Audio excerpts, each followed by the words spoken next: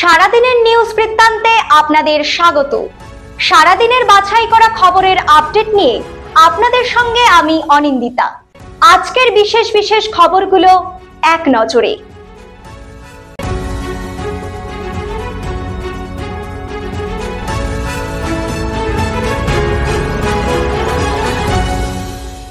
সারাদিনের নিউজ বৃত্তান্ত নিবেদন করছেন প্রিন্ট জুয়েলার্স, সোনা যা সর্বক্ষণের। Agnishwar jewellers, NS road, Raiganj. Shri Dhaka jewellers, Gitanjali cinema হলের বিপরীতে। আগামী 7ই জুলাই রথযাত্রা, কিন্তু জ্যৈষ্ঠ মাসের পূর্ণিমা তিথিতে পালিত হয় জগন্নাথ দেবের স্নানযাত্রা। জগন্নাথের ভক্তদের কাছে এটি একটি বিশেষ মাহাত্ম্য রয়েছে। শিলিগুড়ি বিধান মার্কেট স্থিত শ্রী শ্রী রাধা গোবিন্দ মন্দির প্রাঙ্গণে পূর্ণ স্নানযাত্রা উপলক্ষে স্নানযাত্রা পালিত হলো। প্রভু জগন্নাথ, বলরাম এবং সুভদ্রা দেবীকে বিভিন্ন ফলের রস, ঘি, মধু, চিনি, দই আরও নানান ফলের রস দিয়ে জগন্নাথ দেবের স্নান করানো হয় এদিন।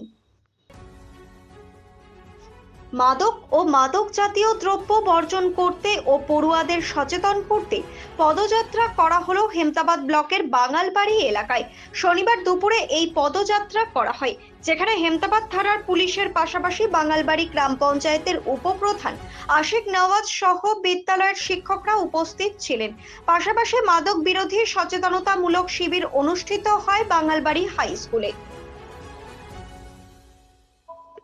35 গ্রাম ব্রাউন সুগার সহ দুজনকে গ্রেফতার করলো মাদারিহাট থানার পুলিশ।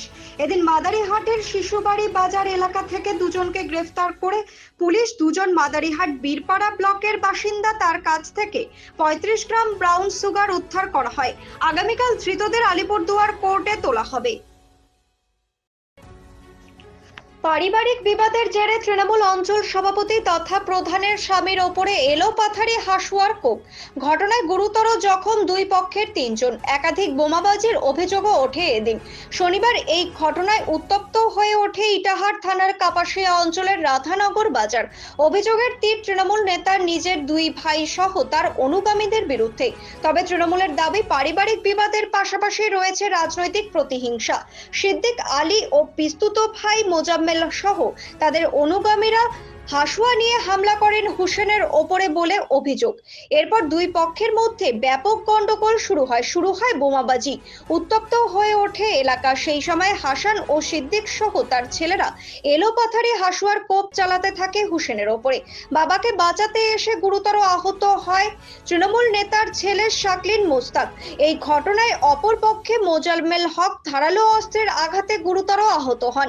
খবর পেয়ে ঘটনাস্থলে পৌঁছায় ইটাহার থানার পুলিশ ও কেন্দ্রীয় বাহিনী। গুরুতর আহত অবস্থায় 3 জনকে প্রথমে ইটাহার গ্রামীণ হাসপাতালে ভর্তি করা হয়। সেখানে প্রাথমিক চিকিৎসার পর সকলকে রায়গঞ্জ মেডিকেলে স্থানান্তর করে চিকিৎসক। উদ্দেশ্য মাদক মুক্ত সমাজ করা এবং যুব সমাজকে মাদকাসক্তি থেকে বিরত রাখা। সেই লক্ষ্যকে সামনে রেখে আন্তর্জাতিক মাদক বিরোধী দিবস উদযাপন উপলক্ষে সচেতনতামূলক পদযাত্রা ও পথসভা করা হলো ইটাহারে। শনিবার বিকেলে রায়গঞ্জ পুলিশ জেলার নির্দেশে ও ইটাহার থানার পুলিশের উদ্যোগে থানা প্রাঙ্গণ থেকে শুরু করে সমগ্র ইটাহার সদর এলাকার রাস্তা পরিক্রমা করে এদিনের সচেতনতামূলক পদযাত্রা। এরপর ইটাহার চৌরঙ্গি এলাকায় পথসভা করা হয়। এদিনের পদযাত্রায় উপস্থিত ছিলেন এসডিপিও আইপিএস রাজীব কুমার, আইসি সুকুমার ঘোষ সহ থানার সিভিক ভলেন্টিয়ার ও অন্যান্য পুলিশ আধিকারিকরা। জানা যায়, আগামী 26শে জুন মাদক বিরোধী দিবস। সেই দিনটিকে সফল করতেই পুলিশের এই সচেতনতামূলক উদ্যোগ। এই বিষয়ে এসডিপিও রাজীব কুমার জানান, মূলত যুব সমাজকে মাদকাসক্তি থেকে দূরে সরাতে পুলিশের তরফে আজকের এই সচেতনতামূলক পদক্ষেপ। প্রতিদিনের প্রতি মুহূর্তের খবরের আপডেট পেতে চোখ রাখুন নিউজ বৃত্তান্তের ফেসবুক পেজে। সাবস্ক্রাইব করুন নিউজ বৃত্তান্ত ইউটিউব চ্যানেলকে।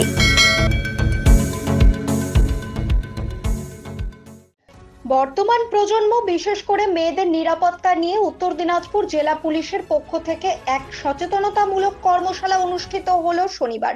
এদিন রায়গঞ্জ সুরেন্দ্রনাথ মহাবিদ্যালয়ের মিলনায়তন সভাকক্ষে অনুষ্ঠিত এই কর্মশালায় উপস্থিত ছিলেন ইটাহারের এসডিপিও রাজীব কুমার, ডিএসপি দিলকেশ্বর সার্কি, রায়গঞ্জ থানার আইসি বিশ্বাস রয় সরকার সহ অন্যান্য পুলিশ আধিকারিকেরা।